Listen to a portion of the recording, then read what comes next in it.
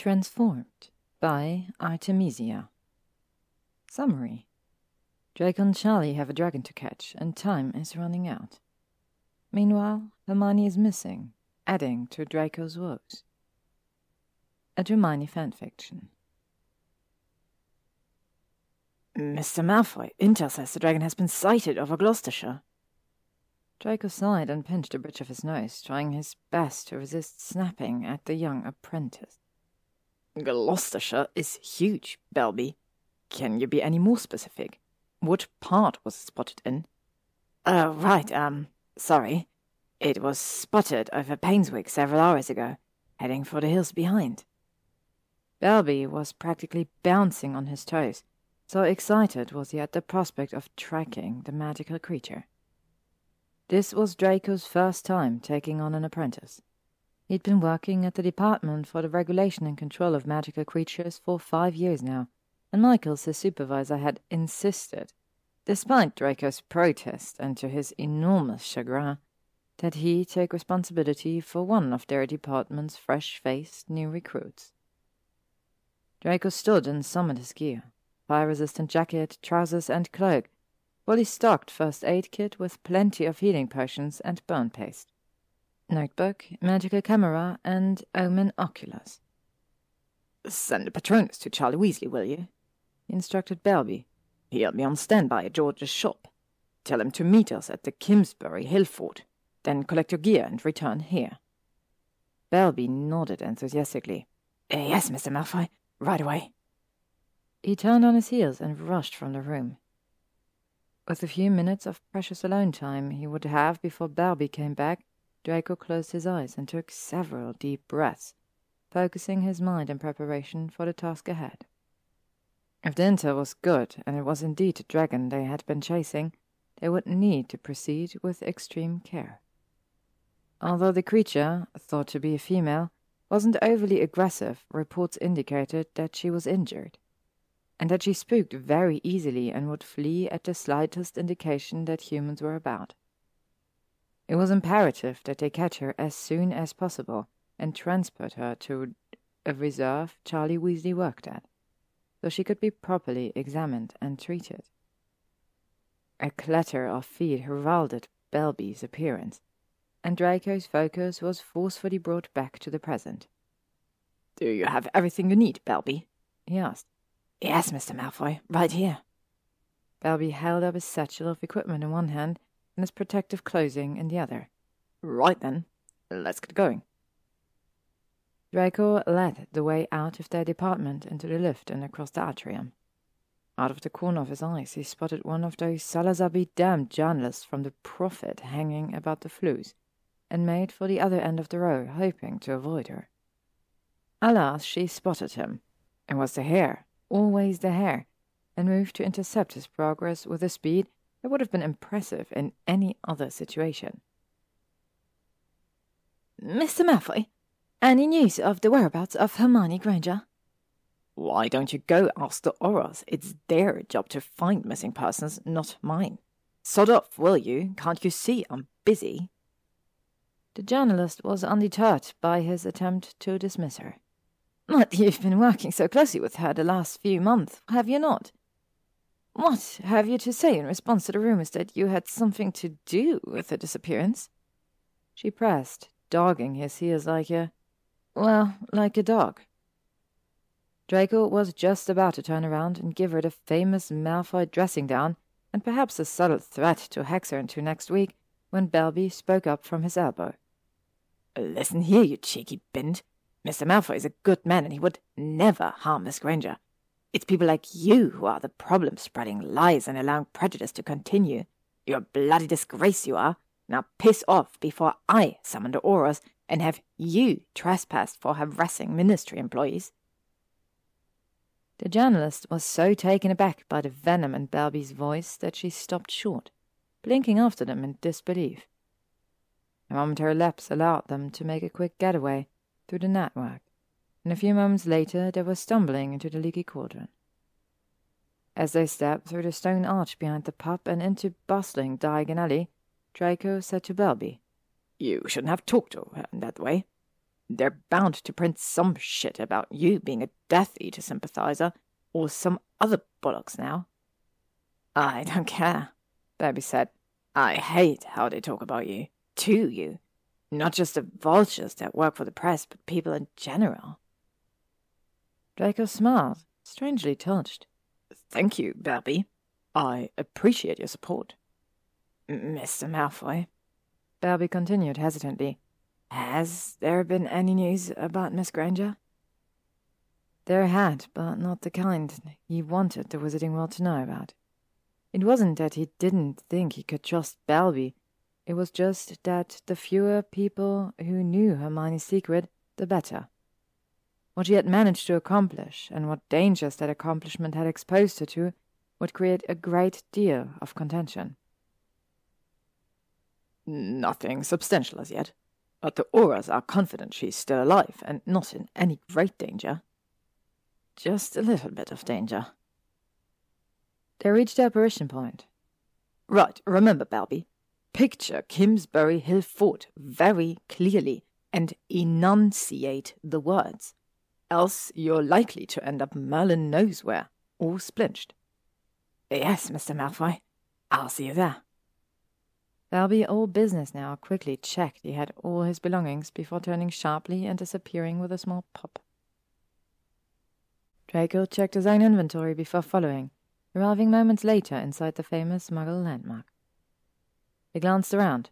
Charlie hadn't arrived yet. The experienced Dragon Keeper was one of the few that knew everything about the creature they were chasing, hence the importance of having him with them. While they were waiting, Draco and Belby prepared themselves. They donned their protective clothing and strapped their equipment to their bodies. After several more minutes, Charlie appeared, already wearing his gear. What's the game plan? He asked quietly, his cobalt blue eyes focused on Draco. Watch and wait, Draco replied.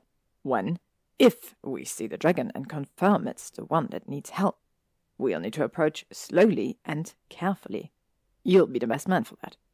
Once you have her trust, call us and we'll come. It's the only way we'll get her to the sanctuary safely.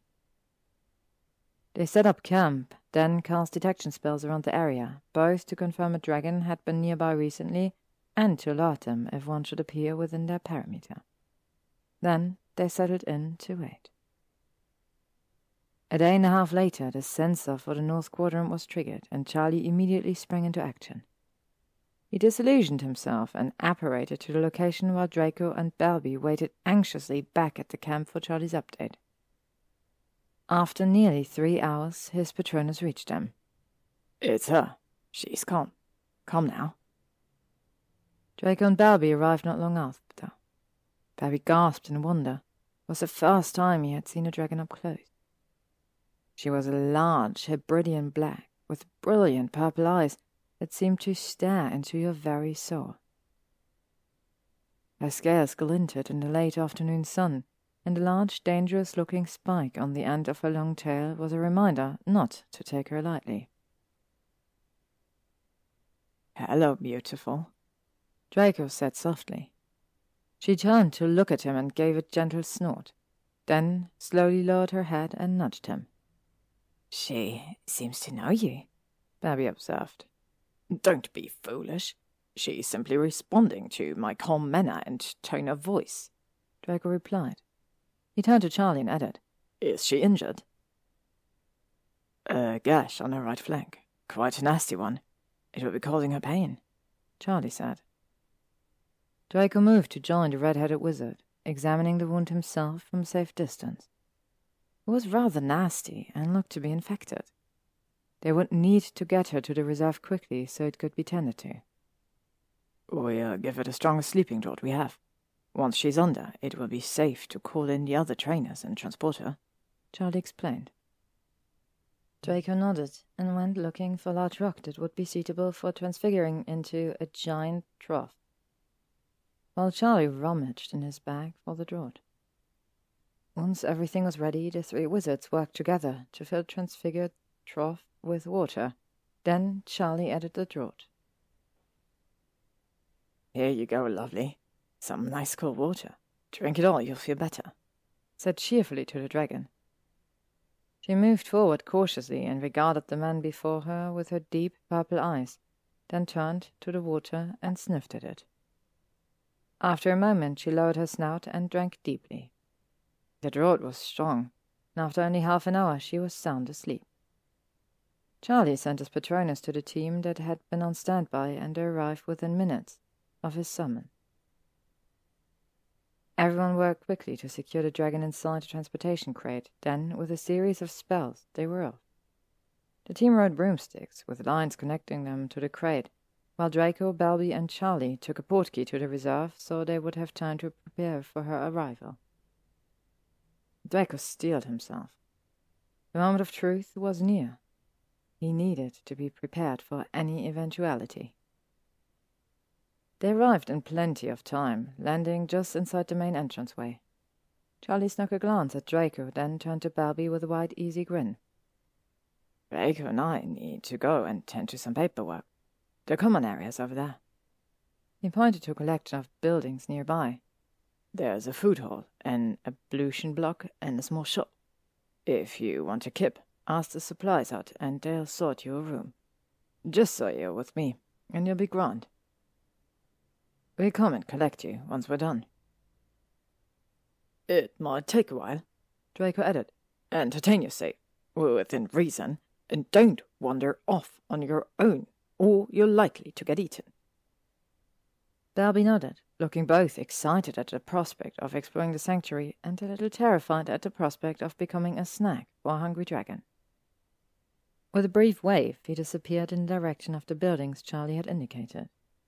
When he was out of earshot, Charlie said quietly, Do you think we'll be able to help her? She was in a bad way. This is all new to me. Of course, Draco replied, trying to exude a confidence he didn't truly feel as they turned and headed towards the delivery point. She'll be fighting fit again in no time. The team responsible for transporting the dragon would be using modified brooms that were capable of traveling over long distances within a short period of time. Even with the additional speed, it would take them several hours to arrive, but still it was better than nothing. On standard brooms, the trip would have taken more than a day, and time was of the essence. When the team finally arrived, the dragon was taken straight to the isolation and recovery enclosure. The team leader stayed only long enough to report to Charlie that the trip had been uneventful before departing, leaving Draco and Charlie alone with the dragon. Charlie retrieved invigorating potions and protective gear from a small supply room, while Draco searched in his satchel for the items he would need. He fervently hoped it would work. If it didn't, if they couldn't help her, he didn't know what he would do. Draco, it's time. He turned. Charlie was cradling the dragon's head in the crook of one arm, carefully pouring the invigorating potion into her mouth. That done, he cast several spells that would help keep her calm as she awoke and slow down her movements. Charlie stood back, joining Draco, and they watched. After a short time, the dragon stirred. She blinked her eyes, lifted her head, and shook it slowly, then looked around. She spotted Draco and Charlie. Hello, lovely, Charlie said, stepping forward carefully with his hand extended. I hope your head feels all right. Sorry about the potions. They'll wear off soon. Draco moved to join Charlie and summon the water trough, then cast a spell to fill it with water. We've got something that should help, he said, maintaining eye contact with her. He held up the vial containing the potion so she could see it, then popped the cork and poured the liquid into the trough, mixing it with the water.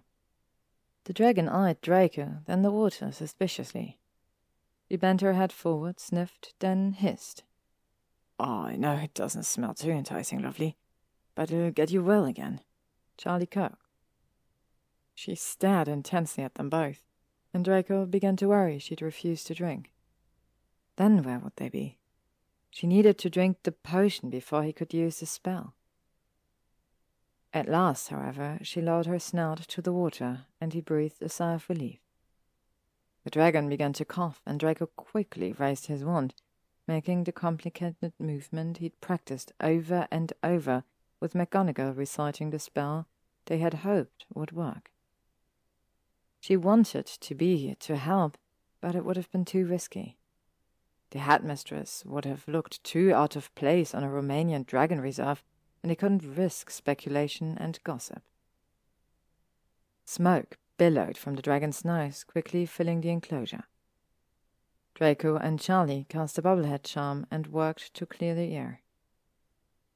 As the smoke faded, the enclosure suddenly seemed empty. Any observer might have thought that the dragon had somehow escaped. Lying on the ground at his and Charlie's feet was a small, huddled figure with a large, nasty-looking gash on their leg. Draco quickly conjured a large warm cloak and draped it over the shivering naked body. A face he knew well peered up at him, her expression both bewildered and frightened. "Hello, Hermione," he said softly. To be continued. Hello, you lovely listeners. As Halloween or Halloween season is now slowly approaching, I thought I would get us into the mood with this lovely story by the great Art3misiA. The second part will be uploaded on Saturday, so only 2 days from now, and I hope you're as excited as I am to listen to it. Thank you all for listening as always. I really appreciate it. Let me know in the comments what you think of the story, and I will hear you again very soon.